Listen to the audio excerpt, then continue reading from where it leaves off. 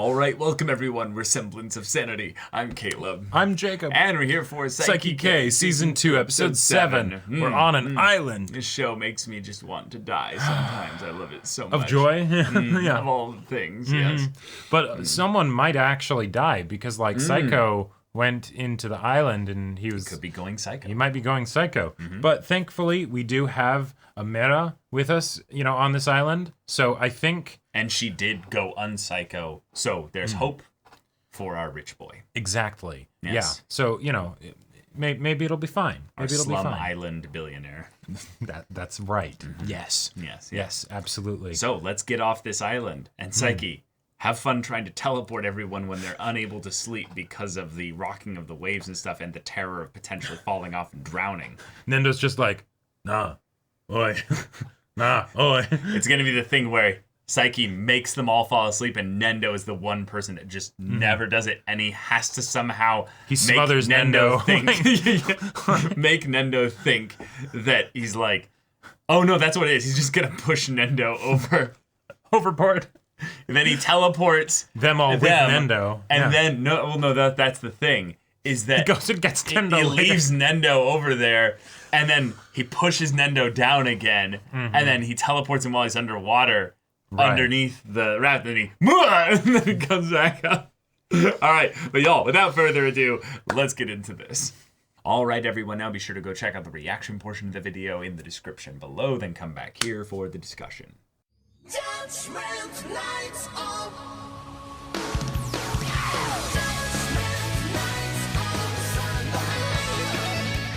They got off the island. Okay. All right. They're free. They're free. But no, they're not, because suddenly wild journalism attacks. And it's maybe it was better on the island. It's absolutely libelous.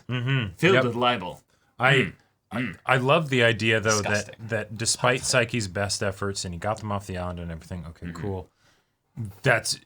It actually just, you know, makes everything worse because, yeah, it makes sense that you would have people like the journalism press club or whatever, right? That would be like, okay, this is a scoop, so we're never going to leave you alone. Then they have now left him alone, which I really like that was handled rather quickly, because I think that was probably one of my, like, probably to date, that's like in my top 3 for like least liked kind of skits to take that much attention away from the other characters. Like, the most entertainment that I got from it was just from, like, Saiki's increasingly, like, frustrated faces. But the thing is that the reason why I like that is because I was kind of frustrated too, you know? So it's like, I'm glad that it just sort of left, and it doesn't seem like they're going to become recurring characters. Yeah. So, cool. Yeah. And skits generally that involve the majority of the cast are the ones that I would say are the most engaging, because they have the most silliness and the most character dynamics at play. Exactly. But those ones with the one with the press club is just kind of stale. Yeah. But either way, Saiki almost had everything get screwed up, because Psycho actually came up with a brilliant point in that, no, you wouldn't want to put everyone on the raft as a single point of failure. Right. That doesn't make sense. Yep. So that was also rather cool, that Saiki still found a way to save them all without them going with this we split up on the raft method. Right.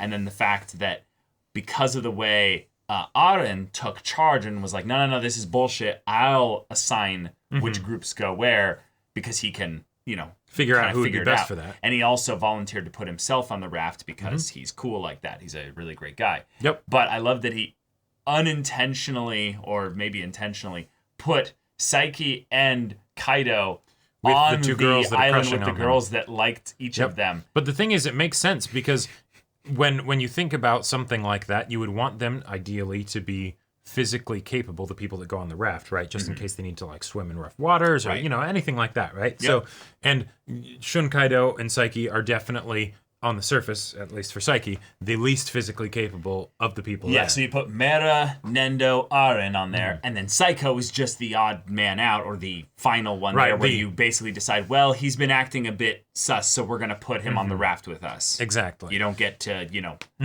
hold your privilege over us here. If anything, Mera might have been a good one to leave behind, just to make sure that everyone on the island stays fed. But, Which is actually kind of funny, because now that I think about it, whichever side you put Mera on, that group is kind of fucked because they have to deal with Mera getting hungry. But I would put Mera in the group that has the strongest people so that they can actually subdue her.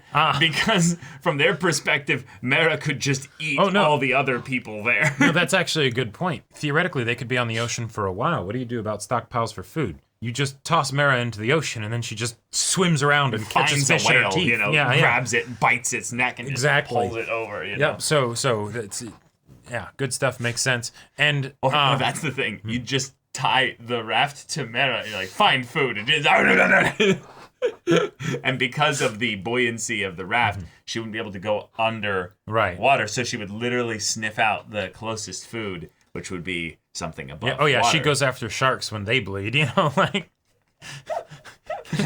I was hoping that they would do like a random not random funny. But a surprise really serious bit with Mera, kind of like they do sometimes with Nendo, where it's like, oh, why do you need to get off the island, or whatever.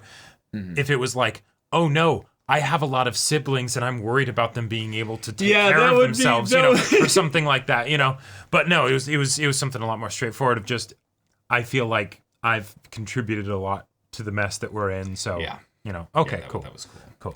But Kaido had a sweet speech. I like that good speech. We get reminded over and over again that the mangaka kind of likes Kaido the most in these moments there where he gets the actual character development, and everyone else kind of gets little moments to shine. But they don't really grow, it seems, too much as characters. They kind of just develop more of the depths of who they already were. Right. And with Kaido, he kind of changes little bit by little bit. Yep. He's becoming more confident. He's becoming more assured. Chio almost confessed to him and gave basically a little bit of a spoiler, like, hey, I might be, oh, wait, no, sorry. No, it's just that you're so weak and you get seasick and everything, so. Yeah, close one. But yes, the best gag in the efficiency of the timing of it was Teruhashi's light just I would love to have someone who knows Morse code listen to that and be like, yeah, it's literally saying SOS, right? Or what if it was just FUCK, right? Yeah. That'd be wonderful. But yeah. Wonderful episode. Ended with a really wholesome skit as well. Yeah, that was great. Something to show that the boys are, while, they're kind of delinquent dumbasses, they are friends with Saiki, and Saiki, is very easily bribable if you bring him 8 things of coffee jelly, which that shows they know you well, Saiki. Right. They're like, there's only a few times ever that you seem to be genuinely happy about anything, and that's when we bring you coffee jelly. Yeah, so and it's like, this is acceptable. I would love to see Saiki run a D&D campaign. He'd be too, he wouldn't want to be bothered with it, of course, but if he did, and then it's just everyone comes with the coffee jelly at the beginning, and he's like, all right, that is an acceptable offering. Okay. Yada, yada. Yep. Let me just kill off all your characters so you'll leave, Yeah. It's okay, Saiki. We'll re-roll good characters. I'm sorry, we weren't really prepared. We were goofing off the whole time. I didn't want to do this from the get-go. Why are you... No, stop. Yeah, the idea that Saiki is just the person who really would rather be left alone, I think is something that a lot of the characters don't really respect. But it's also something that Saiki doesn't really communicate that emphatically, because that would involve him being a little bit more dramatic and also it sounds exhausting to communicate that. Yeah. Exactly. But it is something that I kind of resonate with, because there are times when I feel like people are like, no, let me love you, let me be with you, and I'm like, I thank you for letting me know that you care, but I will pass. I'm sorry, I would rather be alone right now. And they're like, do you hate me? It's like, no. Yeah. No. Is this some negative downward spiral? No. I just want to be alone. Yeah. Please.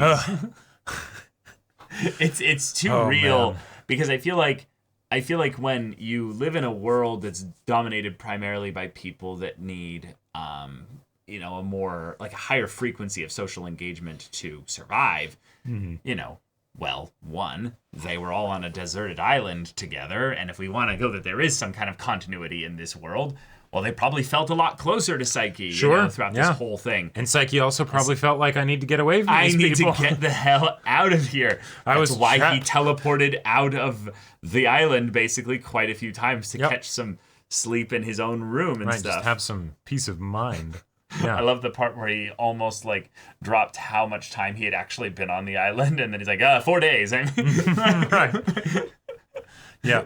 But Good all right, stuff. that was really fun. I want another mini arc like this that covers, more than an episode. Yes. Where like a full episode is dedicated to actually going into something like that. Yeah, I think they were able to make it work really well here. Yeah, I think it worked really well here. But yeah, y'all, thank you so much for watching this episode's reaction and discussion. If you want to see the next episode's reaction and discussion right now, though, go check out the link in the description below for our Patreon. You can get an early access there. You can watch full-length timer reactions there, and all this comes with Discord access, so you can chat with us in the community there about this show, about anime in general, and also be sure to check out our Twitch channel. We stream every weekday. The info's in the description. Yeah, so if any of that interests you, we'll see you there. But until then, we're Semblance of Sanity. I'm Caleb. I'm Jacob. And we'll see you all Next time.